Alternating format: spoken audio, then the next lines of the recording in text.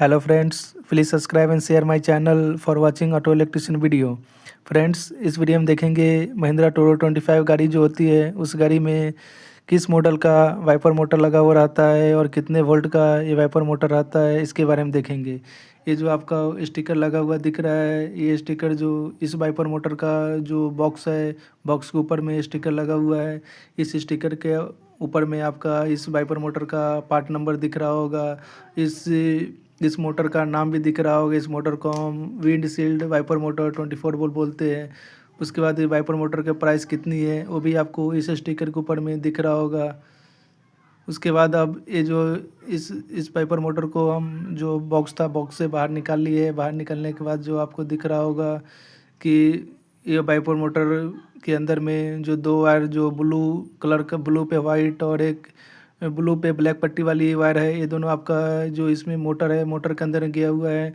बाकी तीन जो ब्राउन कलर, उसके बाद जो ब्लू पे येलो और ब्लू वायर वाला है, ये सब आपका जो इस गियर में गया हुआ है इस वाइपर मोटर का। उसके बाद ये जो आपका मेल कनेक्टर है, मेन कनेक्टर है, इस मेन कनेक्टर में जो आपका टोटल 5 पिन वाली ये वाइपर मोटर है।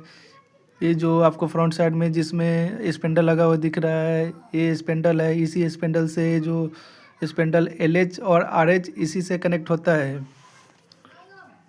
ये वाइपर मोटर का बैक साइड व्यू है। इस बैक साइड व्यू में से आपको देख रहे होंगे वाइपर मोटर को कि वाइपर मोटर दिखता कैसा है। इसके बाद जो इसके वाइपर मोटर का जो टॉप पोर्शन रहता है, इस टॉप वाले जो टॉप पे आपका 3 नट बोल्ट लगा रहता है। इस तीनों बोल्ट को जब भी हमको इसको माउंट करना होता है बॉडी के अंदर में, तो सबसे पहले इसके बॉडी के ऊपर जो 3 माउंटिंग बोल्ट रहता है, इस तीनों बोल्ट को खोल लेना होता है। खोलने के बाद जो इसका माउंटिंग ब्रैकेट रहता है, उस माउंटिंग ब्रैकेट में इस वाइपर मोटर को हम फंसा देते हैं। फंसाने के बाद जो हम जो तीन तीन जो आपका 13 नंबर का बोल्ट रहता है, इस तीनों बोल्ट को हम फंसा देते हैं।